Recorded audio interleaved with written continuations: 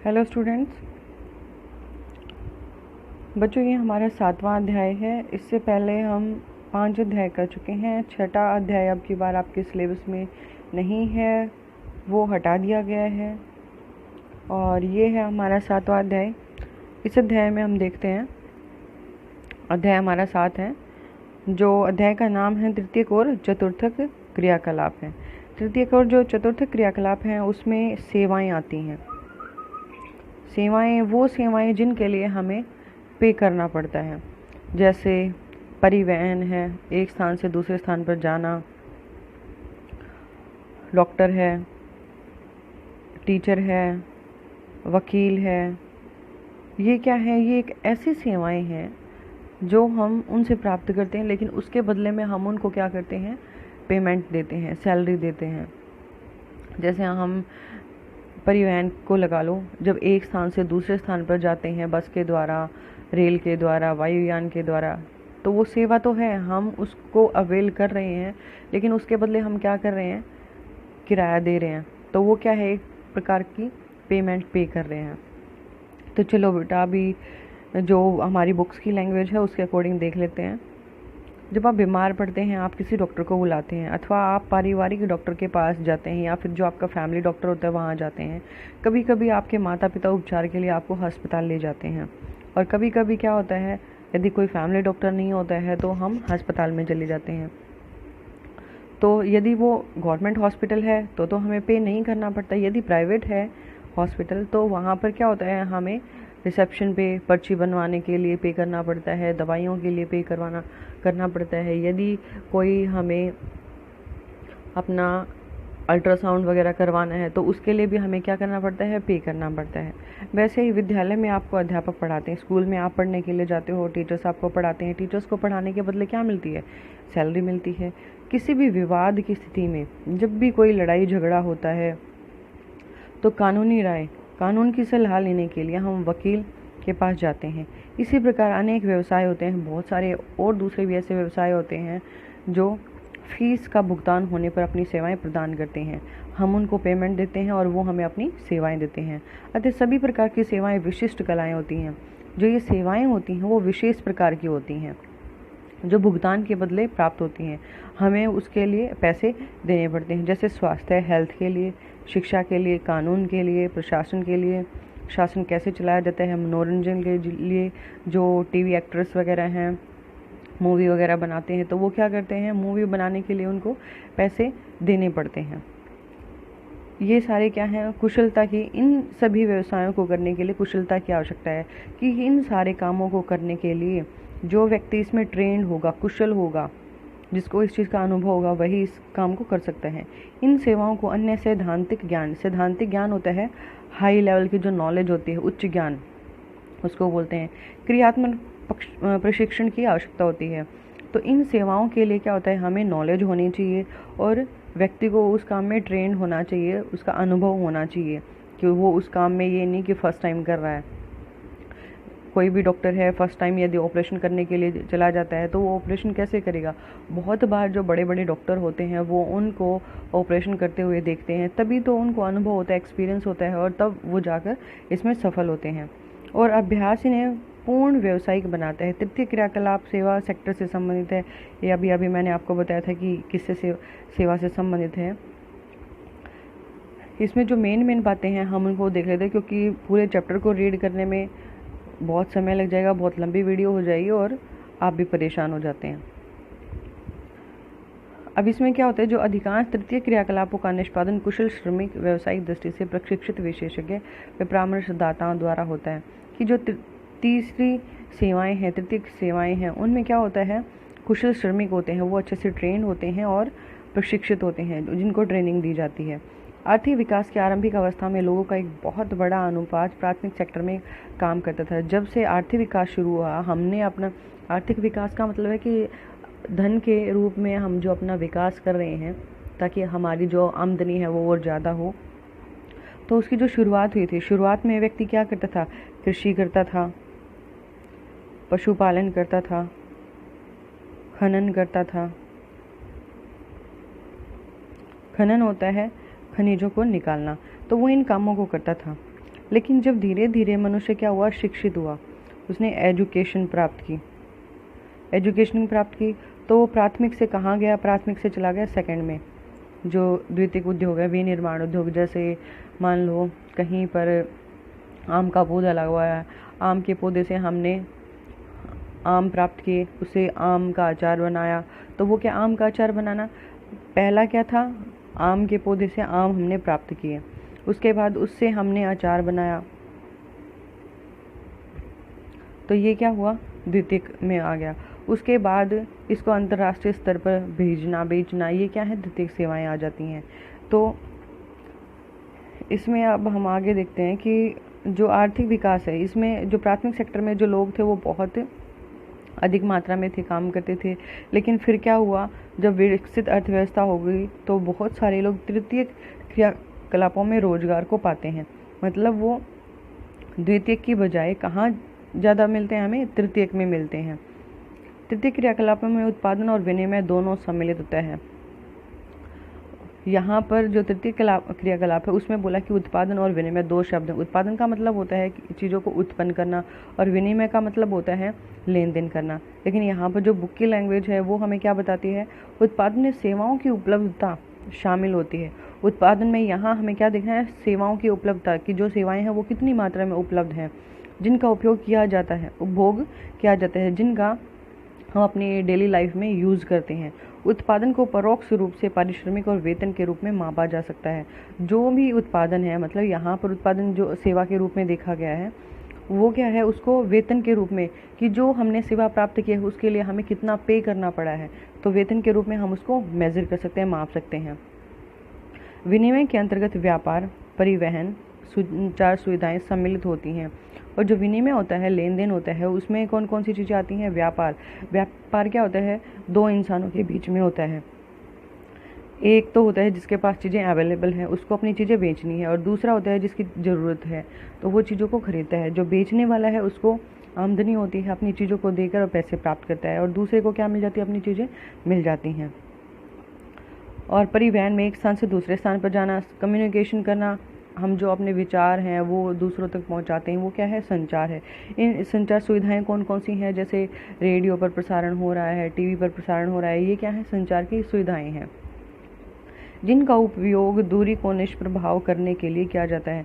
जो इनका हम यूज़ कैसे कर सकते हैं, जो दूरी आज के टाइम में है उसको कम करने के लिए, क्योंकि यदि हम पैदल एक स्थान से दूसरे स्थान पर जाएं तो बहुत समय लग जाता है, और यदि वही दूरी हम किसी भी व्हीकल के द्वारा, वाहन के द्वारा करते हैं तो वो बहुत कम हो जाती है।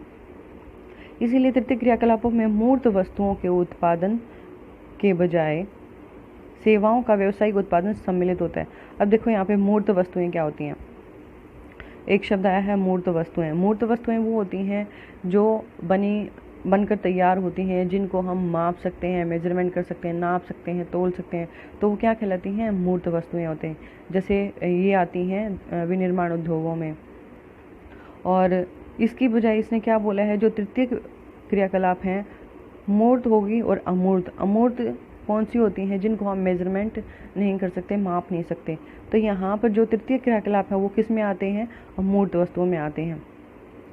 तो यहाँ पर किसका उत्पादन सम्मिलित बताया है, तृतीय क्रियाकलाप है मूर्त वस्तुओं के उत्पादन के बजाय सेवाओं का व्यावसायिक उत्पादन सम्मिलित है। ये मूर्त वो होती हैं जिनको मेजरमेंट किया जा सकता है, और जो सेवाएं हैं वो किस में आ गई, अमूर्त में आ गई। वे भौतिक कच्चे माल के प्रक्रमण से प्रत्यक्ष रूप से सम्मिलित नहीं होती हैं। एक नलसाज, नल को ठीक करने वाला, बिजली मिस्त्री है, बिजली के काम करने वाला टेक्नीशियन है, धोबी, नाई, दुकानदार, चालक, कोषपाल जो धन की रखवाली करता है, अध्यापक, डॉक्टर, वकील और प्रकाशक इत्यादि का काम इनका सामान्य उदाहरण है। ये क्या है, सामान्य एग्जाम्पल दिए गए हैं। द्वितीयक और तृतीय क्रियाकलापों में मुख्य अंतर यह है कि सेवाओं द्वारा उपलब्ध विशेषज्ञता, उत्पादन तकनीकी, मशीनरी और फैक्ट्री प्रक्रियाओं की अपेक्षा कर्मियों की विशिष्टीकृत कुशलता और अनुभव और ज्ञान पर अत्यधिक निर्भर करती है। यहाँ पर दोनों में डिफरेंस क्या है कि जो द्वितीय क्रियाकलाप है उनको कोई भी व्यक्ति जिनके पास एक्सपीरियंस नहीं है, जैसे हमें खनन करना है, खनिजों को निकालना है, तो कोई भी काम खोदने का कर सकता है। लेकिन जो तृतीय व्यवसाय हैं, जो तृतीय क्रियाकलाप हैं, इनको कौन कर सकता है, जिसके पास कुशलता है, मतलब जो किसी काम को करने में ट्रेंड है, विशेष उसकी नॉलेज है, उसका ज्ञान है, तो वही व्यक्ति उसको कर सकता है। अब इससे आगे देते हैं, जो तृतीय क्रियाकलापों के प्रकार हैं वो बताए गए हैं कि ये कितने प्रकार के होते हैं। अब इनको देखते हैं। अब तक आप जान गए हैं कि आप व्यापारी की दुकान से पुस्तकें और स्टेशनरी खरीदते हैं। बस अथवा रेल या यात्रा द्वारा करते हैं। बस के द्वारा या रेल के द्वारा हम क्या करते हैं, यात्रा करते हैं और दूरभाष पर बात करते हैं, फ़ोन पर जो बात करते हैं। वे अध्ययन के लिए अध्यापकों की और पढ़ने के लिए हम टीचर के पास जाते हैं, और रुग्ण होने पर मतलब बीमार होने पर डॉक्टर की सेवाएं प्राप्त करते हैं। तो ये क्या हैं, सेवाएं हैं जिनके बारे में बताया गया है कि ये सारी प्रकार की सेवाएं हैं जिनका हम उपभोग करते हैं। उपभोग का मतलब होता है प्रयोग करना अपनी लाइफ में। इस प्रकार व्यापार, परिवहन, संचार और सेवाएं कुछ तृतीय क्रियाकलाप हैं जिनकी इस सेक्टर में चर्चा की गई है। ये कुछ बातें हैं जहाँ इस अध्याय में हम इनका अध्ययन करेंगे। चार्ट 7.1 तृतीय क्रियाकलापों के वर्गीकरण का आधार प्रस्तुत करता है। जो ये वाला डायग्राम दिया गया है, संचार और सेवाएं, हाँ हम अभी तृतीय को देखेंगे। जब चतुर्थक और पंचम क्रियाकलाप आएंगे तब वहाँ हम इनको देख लेंगे। तो यहाँ आपको देखना है व्यापार और वाणिज्य है, परिवहन हो गया, संचार हो गया, सेवाएं हो गई। जो व्यापार और वाणिज्य है उसमें थोक और फुटकर व्यापार हो गया, ये अभी हमारे आगे आएंगे, इनको पढ़ेंगे। उसके बाद जो थोक व्यापार है वो गाँव की जो नगरीय आपूर्ति घर हैं और ग्रामीण मंडियाँ हैं। तो ये क्या है, ये सारे टॉपिक हमारे अध्याय में दी गए हैं। ये आप एक बार डायग्राम अच्छे से देख लेना। उसके बाद ये सारे हमारे चैप्टर में हैं, हम इनको रीड करते हुए आगे बढ़ेंगे। तो कोई भी ऐसा पार्ट नहीं होगा जो छूट जाएगा या जिसको हम कवर नहीं कर पाएंगे। वापस अपने चैप्टर पे ही आ जाते हैं। व्यापार और वाणिज्य। अब यहाँ देखते हैं व्यापार और वाणिज्य। व्यापार अभी मैंने आपको बताया था दो लोगों के बीच में होता है, एक चीज़ों को बेचने वाला होता है, एक दूसरा खरीदने वाला होता है जिसको उसकी ज़रूरत होती है। तो यहाँ पर देखिए, व्यापार वस्तुतः अन्यत्र उत्पादित मत हो, जो चीज़ें बनकर तैयार हो चुकी हैं का क्रय और विक्रय है। क्रय मतलब बेचना, क्रय मतलब खरीदना और विक्रय मतलब बेचना। तो यहाँ पर दो चीज़ें हैं, फुटकर। अब जो व्यापार है वो दो प्रकार का है, फुटकर व्यापार और थोक व्यापार। तो वाणिज्य की सभी सेवाओं का विशिष्ट उद्देश्य लाभ कमाना है। जो व्यापार होता है उसका मुख्य उद्देश्य क्या होता है, लाभ कमाना ही होता है। यह सारा काम कस्बों और नगरों में होता है जिन्हें व्यापारिक केंद्र कहा जाता है। ये सारा का सारा काम कहाँ होता है, एक बाजार केंद्र होता है जहाँ पर सारी चीज़ें हमें उपलब्ध हो जाती हैं। तो ये कहाँ पर होता है, जो शहर होते हैं उनमें एक सेंटर पॉइंट होता है जहाँ जो चारों तरफ से एरिया को सुविधाओं को प्रदान करता है। स्थानीय स्तर पर मतलब जो लोकल एरिया की बात हो रही है। वस्तु विनिमय से लेकर अंतर्राष्ट्रीय सोपान पर मुद्रा विनिमय तक व्यापार के उत्थान ने अनेक केंद्रों और संस्थाओं को जन्म दिया है, जैसे कि व्यापारिक केंद्र अथवा संग्रहण और वितरण बिंदु। अब देखो जो इसमें मेन बातें, यहाँ स्थानीय स्तर बोले, स्थानीय स्तर मतलब लोकल लेवल पर वस्तु विनिमय, चीज़ों को आपस में एक दूसरे को देने की प्रक्रिया वस्तु विनिमय होता है। वस्तु विनिमय से, क्योंकि पहले का जो टाइम था आदि मानव का, वो क्या करता था, वस्तु विनिमय करता था। जब तक मुद्रा नहीं छपी थी, नहीं बनी थी, तो उस टाइम पे वो चीज़ों को आपस में चेंज करके अपना गुजारा करते थे। उससे लेकर और विश्व स्तर पर चीज़ों को तैयार करना, भेजना, मुद्रा विनिमय तक, और जो करेंसी होती है वो भी चेंज होती है। व्यापार के उत्थान व्यापार को ऊपर उठाया है, अनेक केंद्रों और संस्थाओं को जन्म दिया है। अनेक ऐसे बाजार के केंद्र मिले हैं, संस्थाएं मिली हैं जहाँ पर हमें ये एक केंद्र होता है जहाँ से इन चीज़ों को ले सकते हैं। इन्हें क्या बोलते हैं, व्यापारिक केंद्र कहते हैं। जहाँ संग्रहण और वितरण बिंदु, जहाँ चीज़ों को इकट्ठा किया जाता है, जैसे अनाज मंडी होती है। अनाज मंडी में क्या होता है, जो किसान होते हैं वो अपना, ये अनाज मंडी, यहाँ पर सब अपने अनाज को लेकर आ रहे हैं, जो किसान है वो लेकर आए। दूसरे हैं उपभोक्ता, जिन्हें चीज़ों का यूज़ करना है, वो यहाँ से क्या कर रहे हैं, लेकर जा रहे हैं। तो ये क्या हुए, एक केंद्र ही तो हुआ, एक स्पेशल एरिया ही तो हुआ जहाँ पर कुछ लोग लेकर आ रहे हैं और कुछ लोग यहाँ से लेकर जा रहे हैं, आउट हो रहा है। तो ये अभी आपको शायद समझ में आ गया होगा। व्यापारिक केंद्रों को ग्रामीण और नगरीय विपणन केंद्रों में विभक्त किया जा सकता है। जो व्यापारिक जो केंद्र होते हैं उनको ग्रामीण और नगरीय वितरण वाले क्षेत्रों में बांटा जाता है। यहाँ पे ग्रामीण विपणन केंद्र, ग्रामीण विपणन केंद्र मतलब जो गांव के इलाके में जो बाजार का एक केंद्र होता है जहाँ से सभी चीज़ें हमें मिलती हैं, उनको बोला गया है। यहाँ पर देखते हैं निकटवर्तीय बस्तियों का पोषण करते हैं।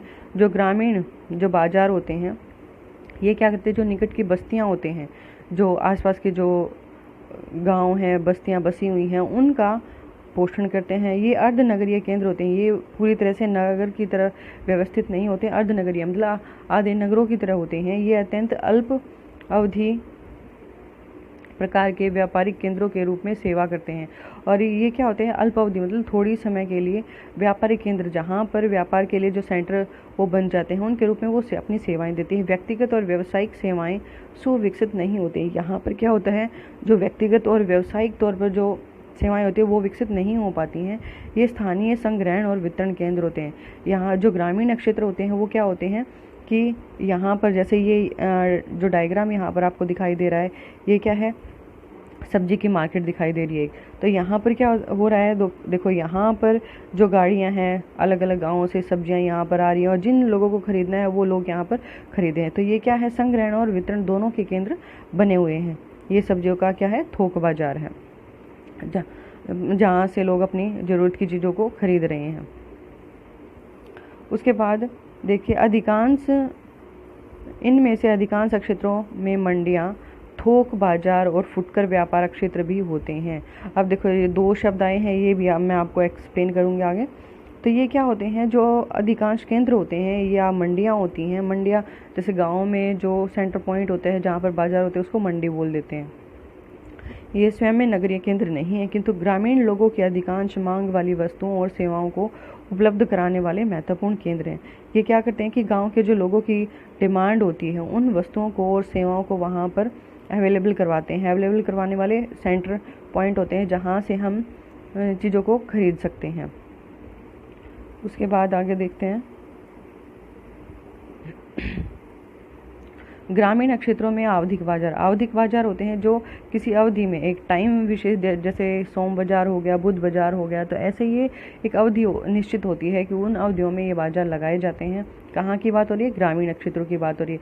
ग्रामीण क्षेत्रों में जहाँ नियमित बाजार नहीं होते हैं, जहाँ हर रोज़ जो बाजार लगते हैं वो नियमित बाजार नहीं होते हैं, तो वहाँ पर विभिन्न कालिक अंतरालों पर, कालिक मतलब समय के जो अंतराल होते हैं, वहाँ पर स्थानीय आवधिक बाजार लगाए जाते हैं। जैसे अभी मैंने बताया सोम बाजार हो गया, बुध बाजार हो गया, शनि बाजार हो गया और रवि बाजार हो गया। तो ऐसे करके ये अलग अलग एक टाइम डिसाइड कर दिया जाता है जिसमें ये लोग अपनी यहाँ पर चीज़ों को बेचने के लिए और खरीदने के लिए आते हैं। ये साप्ताहिक, सप्ताह में एक बार, पाक्षिक किसी पक्ष विशेष में, या फिर 15 दिन में, महीने में लगने वाले बाजार, जहाँ परिगामी क्षेत्रों से लोग आकर, परिगामी मतलब दूर के क्षेत्रों से लोग आकर समय समय पर अपनी आवश्यक ज़रूरतों को पूरा करते हैं। और दूर दूर से लोग आकर क्या करते हैं, समय समय पर अपनी जो ज़रूरत की चीज़ें होती हैं उनको खरीदते हैं। ये बाजार निश्चित तिथि दिन पर लगते हैं। एक डेट डिसाइड होता है या एक डेट होती है जिस पर ये बाजार लगते हैं और एक स्थान से दूसरे स्थान पर लगते रहते हैं।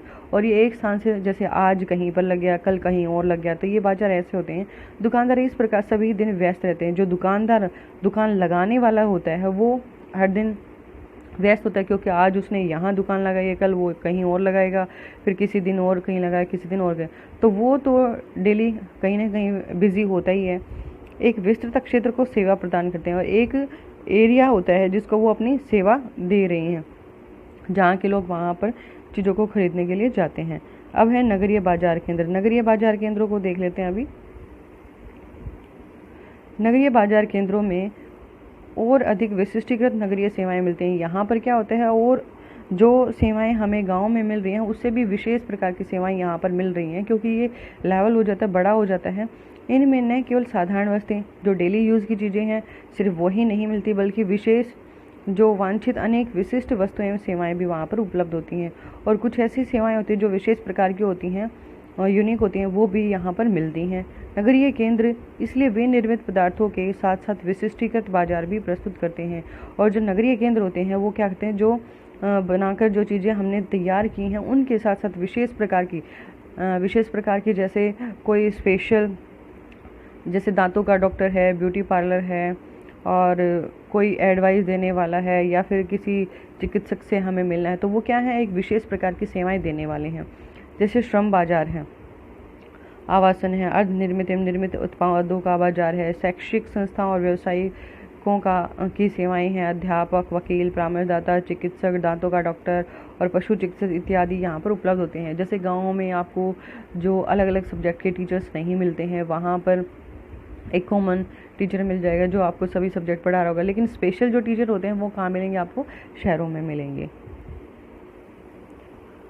उसके बाद बच्चों ये आ गया हमारा फुटकर व्यापार। फुटकर व्यापार क्या होता है? फुटकर व्यापार में क्या होता है? व्यापार दो प्रकार का है, फुटकर व्यापार और थोक व्यापार है। फुटकर में ये होता है कि हम किसी शॉपकीपर के पास गए, दुकानदार के पास गए, वहाँ से हमने जो चीज़ें अपनी ज़रूरत की थी उन चीज़ों को खरीद लिया। दूसरा है थोक व्यापार। थोक व्यापार का मतलब होता है कि बल्क में, जो अधिक मात्रा में यदि हमें किसी सामान की ज़रूरत होती है तो हम उस व्यापारी से सामान ले सकते हैं। जैसे कोई बिस्किट की फैक्ट्री है, बिस्किट की फैक्ट्री से जो थोक व्यापारी है वो यहाँ पर अधिक मात्रा में अपने पास सामान ले आता है, उससे जो छोटे छोटे शॉपकीपर्स होते हैं वो उससे सामान ले जाते हैं। तो हम किससे लेते हैं? जो ये छोटे छोटे शॉपकीपर होते हैं, हम तो इन्हीं से सामान लेते हैं, लेकिन ना तो हमारा इनसे कांटेक्ट होता है ना इससे कांटेक्ट होता है, गोडाउन से होता है। तो ये होते हैं हमारे फुटकर और थोक व्यापार। ये वह व्यापारिक क्रियाकलाप है जो उपभोक्ताओं को वस्तुओं के प्रत्यक्ष विक्रय से संबंधित हैं। ये क्या करते हैं? बेचने वाले होते हैं। अधिकांश फुटकर व्यापार केवल विक्रय से नियत प्रतिष्ठानों और भंडार में संपन्न होता है। ये क्या करते हैं? सिर्फ बेचने से इनका काम होता है, कहाँ पर चीज़ें बनी हैं इनको भी ऐसा कुछ नहीं पता होता है। जैसे फेरी जो साइकिल या अपनी रेडी वगैरह लगाते हैं, ट्रक से एक घर से दूसरे घर पर डाक आदेश, दूरभाष, स्वचालित बिक्री मशीनें और इंटरनेट फुटकर बिक्री के उत्पादित रहित उदाहरण होते हैं। ये ऐसी चीज़ें हैं जिनका ये बेचते हैं जिन चीज़ों को। उसके बाद है थोक व्यापार।